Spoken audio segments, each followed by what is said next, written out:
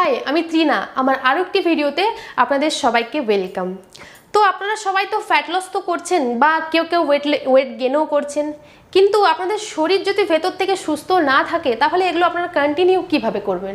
আমাকে অনেকে কমেন্টের মাধ্যমে জানাচ্ছেন কি দিদিভাই আমার খুব সর্দি কাশি জ্বর হয়েছে, আমি এখন কিছুদিন গ্যাপ দিচ্ছি, আমি ফ্যাট লস জার্নি থেকে কিছুদিনের জন্য গ্যাপ নিচ্ছি। আবার কেউ কমেন্ট করছেন প্রচণ্ড মাথা ব্যথা সর্দি পুরো গা ঝিমঝিম করছে, আমি কিছুদিনের জন্য ব্রেক নিতে চাই। মানে আমার যেগুলো আমার সাথে যারা কানেক্টেড আছে তাদের কথা বলছি। তো আমি আজকে ভিডিওর মাধ্যমে এই যে ধরুন আজকে একটা আমাদের আচমকা একটা আবহাওয়ার যে পরিবর্তন এসেছে, এই যে বৃষ্টি ওয়েদার, এই যে মনসুন এসেছে, এখানে মানে কি হচ্ছে বাড়ির ভেতরে আমাদের যদি ফ্যান অফ করে থাকি তাহলে প্রচণ্ড গরম লাগছে, এসি অন রাখতে হচ্ছে, এবং এসির থেকে যখনই বাইরে বেরোচ্ছি তখন একটা আলাদা টেম্পারেচার, এবং একটু যদি বাজারে যাচ্ছি সেখানে আমরা ভিজে যাচ্ছি, পরে এরকম অনেক ধরনের এর জন্য আমাদের শরীরে জ্বর সর্দি কাশি এগুলোর প্রবলেম দেখা দিচ্ছে। এবং আমরা কি করি, আমরা যদি একটু সর্দি কাশি জ্বর হচ্ছে আমরা কি করি, আমরা অ্যান্টিবায়োটিক খেয়ে ফেলছি, ফলে আমাদের শরীরের রোগ প্রতিরোধ ক্ষমতাটা কমে যাচ্ছে। অ্যান্টিবায়োটিক যদি আমরা একটু কিছু হলেই অ্যান্টিবায়োটিক খেয়ে ফেলি আমাদের শরীরে কিন্তু রোগ প্রতিরোধ ক্ষমতা কমে যাবে। মানে কিছুদিন পর দেখবেন ওই অ্যান্টিবায়োটিকটা যখন আপনি খাবেন, একবার দুবার খাচ্ছেন এবং খাওয়ার পর 3 নাম্বার বার যখন আপনার শরীরটা হয়তো খারাপ হলো, দেখবেন ওই অ্যান্টিবায়োটিকটা কোনো কাজেই আসবে না। আমি আমার নিজের একটা এক্সপিরিয়েন্স বলছি। আমি অনেক দিন আগে যখন আমি ধরুন ক্লাস 11, 10, 12 এরকম টাইমে পড়তাম, তখন আমার মাথা একটু যদি ব্যথা করতো মানে আমি সহ্য করতে পারতাম না, মানে তখন আমি প্যারাসিটামল ট্যাবলেট খেয়ে নিতাম। এবার তখন আমি প্যারাসিটামল 500 খেতাম, ঠিক আছে? তো 500 ওষুধটা খেলে তখন আমার কাজে লেগে যেত, মানে যখনই খেতাম ওই আধা ঘন্টার ভিতরে আমার মাথা ব্যথা পুরো গায়েব। তারপর দেখলাম কিছুদিন পরে 1-1.5 বছর পর তারপর কি হলো, মাথা ব্যথা হলেই আমি ওটা খেয়ে নিতাম। ফলে আমি 1 বছর পর নোটিস করছি যে আর কিন্তু আমার আধা ঘন্টার ভেতরে ওটা কাজ হচ্ছে না, ওটা কাজ হতে আমার প্রায় 2-3 ঘন্টা লেগে যাচ্ছে।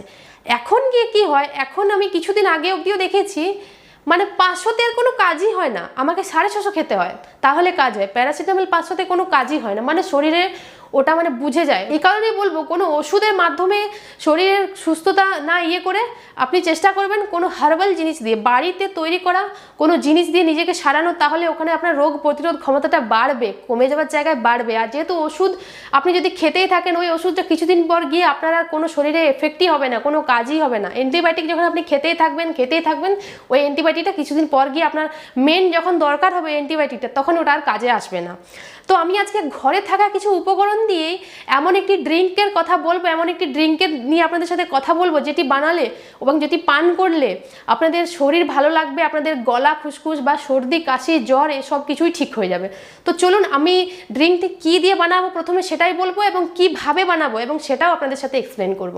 তো চলুন দেখে নিন। এই ড্রিঙ্কটি বানাতে প্রথমে যেটি লাগবে সেটি হচ্ছে আদায় থাকে জিঞ্জারল, যেটি একটি অ্যান্টিবায়োটিকের মতো আমাদের শরীরে কাজ করে। এটি আমাদের গলার যে কোনো ইনফেকশন কমায় এবং শরীরের যে কোনো ব্যথা কমাতেও এটি আমাদের হেল্প করে। আমাদের সেকেন্ড যেটি লাগবে সেটি হলো তুলসী পাতা। আমরা বহু যুগ ধরে শুনে আসছি ফুসফুসের কার্যক্ষমতা বাড়াতে এবং শরীরের গলায় জমে থাকা কফ দূর করতে তুলসী পাতা আমাদের ব্যবহৃত হয়, এবং তুলসী পাতায় থাকা এসেন্সিয়াল অয়েল আমাদের গলায় বা শ্বাসনালীতে ইনফেকশন সৃষ্টিকারী যে ব্যাকটেরিয়া সেগুলোকে মারতে হেল্প করে। আমাদের তৃতীয় নাম্বার জিনিসটি হলো গোলমরিচ। এটি আমাদের গলায় জমে থাকা কফ তরল করে বার করতে সাহায্য করে, এবং গলাতে যদি কোনো খুসখুস বা গলাতে কোনো এরকম হচ্ছে যে আপনি কোনো খাবার খাচ্ছেন পুরো ব্যথা করছে, সেক্ষেত্রে যদি আপনি গোলমরিচ খান সেক্ষেত্রে অনেকটাই হেল্প হবে। 4 নাম্বার হলো হলুদ গুঁড়ো। হলুদে থাকে কারকিউমিন, এটি ভাইরাসের বিরুদ্ধে লড়তে সাহায্য করে, এবং হলুদকে আমরা আরেকটি ভাবেও জানি আমাদের রান্নাঘরের অ্যান্টিবায়োটিক হিসেবেও হলুদকে জানা যায়। আমাদের 5 নাম্বার জিনিসটি হলো মধু। এটি গলার ভেতরে একটি আস্তরণ তৈরি করে, ফলে আমাদের কাশি দ্রুত কমে এবং গলা ব্যথাও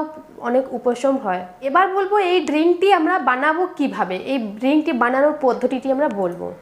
আপনাকে কি করতে হবে, 1 গ্লাস মতো জল নিতে হবে। প্রথমে একটি প্যান নিলেন, একটি স্টিলের প্যানে 1 গ্লাস মতো প্রথমে জল নিতে হবে, এবং তারপরে দিতে হবে আদাটা আপনি ছেঁচে মানে থেতো করে দিতে পারেন, এবং এবার যদি আপনি গ্রেট করে দেন গ্রেটারে করে সেটাও হবে। গ্রেট করে দিলে বেশি ভালো হবে, কারণ ওখানে ছোট হবে তো ওখানে রসটা বেশি মিশবে। এবং আদার সাথে আপনি দেবেন গোলমরিচ, গোটা গোলমরিচকে একটু থেতো করে ওই আদার সাথে আপনি সেখানে গোলমরিচ দিলেন, এবং আদা আর গোলমরিচ জলে দেওয়ার পর কিছুক্ষণ পর 1 মিনিট পর আপনি দেবেন তুলসী পাতা, এবং ওই 3টি জিনিস দিয়ে আপনি অনেকক্ষণ ধরে জলটা ফোটাবেন কতক্ষণ, মানে জলটা ধরুন ফুটছে এবং সেটা যখন 1 গ্লাস জল থেকে প্রায় আধাতে নেমে যাবে তখন পর্যন্ত আপনি ওটা ফোটাবেন, এবং ফোটানোর পর যখন আপনি নামাবেন তার আগে আপনি ওটাতে হলুদ গুঁড়ো দেবেন। হলুদ গুঁড়ো দিয়ে পরে খুব একটা বেশি না ফোটালেই ভালো, তো হলুদ গুঁড়ো দেওয়ার পর ওটা আপনি ফুটিয়ে নিলেন এবং ফোটানোর পর যখন আপনি নামানোর সময় আপনি একটা কাপে করে ছাঁকনিতে ছেঁকে নেবেন।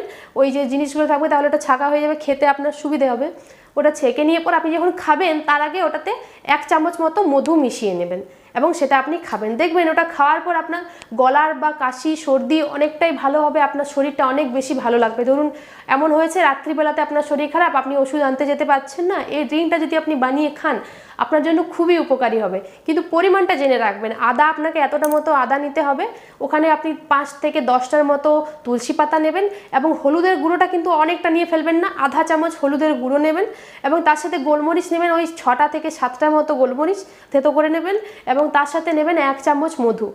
এবার ওটা যখন মিশিয়ে আপনি ড্রিঙ্কটা বানাবেন ওটা আপনার জন্য খুবই উপকারী একটি ঘরোয়া ড্রিঙ্ক হয়ে যাবে এবং এটি বানাতে আপনার খুবই খরচাও হবে না। এই সব জিনিসগুলো আপনার বাড়িতেই থাকে, আদাও বাড়িতে থাকে রান্নাঘরে, তুলসী পাতাও বাড়িতে থাকে, মধু, হলুদ, গোলমরিচ সব কিছু আপনার বাড়িতে থাকে, আপনাকে বাজারে যেতে হবে না আনার জন্য। তো এটি খুব তাড়াতাড়ি আপনাকে রিলিফ দেবে, মানে আপনার শরীর ভালো করবে, আপনার কাশি সর্দি থেকে আপনাকে আরাম দেবে। এই ড্রিঙ্কটি নিয়ে একটি সতর্কবার্তা আপনাদের বলে দিই, যাদের বয়স 1 বছরের কম, যে বাচ্চা যে শিশুদের 1 বছরের কম শিশুদের মানে 1 বছরের কম বয়সের বাচ্চাদের এটি দেওয়া যাবে না।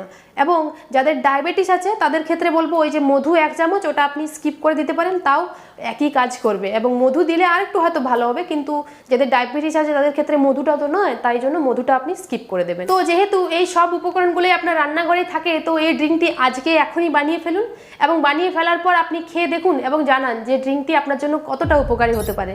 তো আমার এই ভিডিওটি যদি আপনাদের ভালো লেগে থাকে তো ভিডিওটি শেয়ার করবেন তাদের কাছে যাদের এটি খুব প্রয়োজন। এই ড্রিঙ্কটি বানিয়ে খেয়ে পর আপনার কতটা উপকার হয়েছে আমাকে কমেন্টের মাধ্যমে জানাবেন, তাহলে আপনার কমেন্ট দেখে অনেকেই বুঝতে পারবে যে হ্যাঁ সত্যি এই ড্রিঙ্কটি উপকারী এবং তারাও বানানোর চেষ্টা করবে, খাওয়ার চেষ্টা করবে।